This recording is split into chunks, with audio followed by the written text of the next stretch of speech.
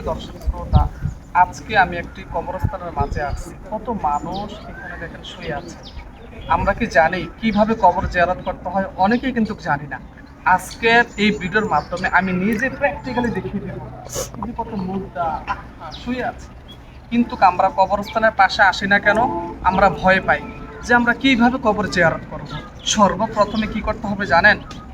কবরস্থানে প্রবেশ করার পূর্বে দেখেন আমি কিন্তু জুতা খুলে প্রবেশ করছি। জুতা খুলে ডান পাও দ্বারা কবরস্থানের মাঝে প্রবেশ করবেন। অতঃপর আপনার যে আত্মীয় শুয়ে আছেন কবরস্থানের মধ্যে, তার সমস্ত কথাগুলো আপনি স্মরণ করবেন। দুনিয়ার মধ্যে তিনি কত আপনাকে আদর করেছেন, ভালোবাসা দিয়েছেন, একটু স্মরণ করবেন। তারপরে তার জন্য দোয়া করবেন। হাদিস মুবারকের মধ্যে পাওয়া যায়, যে ব্যক্তিকে সে দুনিয়ার মধ্যে বেশি ভালোবাসত আর ওই ব্যক্তি দুনিয়ার মায়া ত্যাগ করেছে, ওই বান্দা দুনিয়ার মধ্যে মুনাজাত ধরে যেই দোয়া করবে ওই দোয়াই কিন্তু আল্লাহ রাব্বুল আলামিন কবুল করবেন। এই যে দেখেন কত মানুষ শুয়ে আছেন, সবাই কিন্তু একই মাটির ভিতরে শুয়ে আছেন। অনেকে ছিল বড় লোক, অনেকে ছিল ধনী, গরিব, নিম্ন মধ্যবর্তী, অনেক মানুষ কিন্তু তারা ছিল। আজকে নাই, আপনি চলে যাবেন। যদি আপনি কবর জিয়ারত করেন, একটা সময় আসবে কি আপনি মৃত্যুবরণ করার পরে আপনার কোনো আহলিয়া অথবা আপনার কোনো পরিবার অথবা কোনো বন্ধু বান্ধব এসে কিন্তু আপনার কবর জিয়ারত করবে। তো যাই হোক, আমি সংক্ষিপ্ত করে দিচ্ছি, যেহেতু এখানে কবরস্থান, এখানে লম্বা সময় ধরে দাঁড়ায় থাকাটা উচিত না।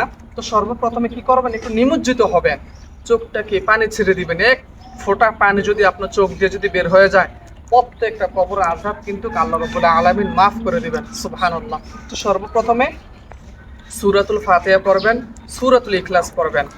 আমি পড়ছি না, কারণ হচ্ছে যদি আমি পড়তে যাই তাহলে ভিডিওটা অনেক লং, অনেক দীর্ঘায়িত হয়ে যাবে। এই জন্য আমি বলে দিচ্ছি, সর্বপ্রথমে সূরাতুল ফাতিহা পড়বেন, আলহামদুলিল্লাহি রাব্বিল আলামিন, অতঃপর পড়বেন সূরাতুল ইখলাস 3 বার পড়বেন। তারপরে মুনাজাত ধরবেন, হাত তুলবেন। এই মুনাজাত ধরে আপনার নিজের মতন করে, আমি হুজুর যে আমাকে কপি করতে হবে, আমি যেইভাবে মুনাজাত ধরে এইভাবে মুনাজাত ধরতে হবে তা কিন্তু নয়। আপনার নিজের মতন করে আপনি মুনাজাত ধরে দোয়া করবেন। যেমন আল্লাহুম্মা আমিন, রব্বানা যালামনা আনফুসানা ওয়া ইল্লাম তাগফির লানা ওয়া তারহামনা লানাকুনান্না মিনাল খাসিরিন। অতঃপর এই দোয়াটা পড়বেন। এই দোয়াটা পড়লে নবীজি বলেন ওই ব্যক্তির পিতামাতার কবর আযাব আল্লাহ তাআলা সঙ্গে সঙ্গে মাফ করে দিবেন। দোয়াটা হচ্ছে রব্বির হামহুমা কামা রব্বায়ানি সগীরা। অতঃপর করবেন আল্লাহুম্মা হাসিবনি হিসাবান ইয়াসীরা। অতঃপর নিজের মতন করে বাংলাতে যেইভাবে পারেন যে আল্লাহ, এই ব্যক্তি দুনিয়ার মধ্যে সে যত গুনাহ করছে তার গুনাহ খাতা মাফ করে দেন, তার সকল কবরের প্রশ্নের উত্তরগুলো আপনি সহজ করে দেন, তাকে আপনি জাহান্নাম থেকে মুক্তি করে দেন।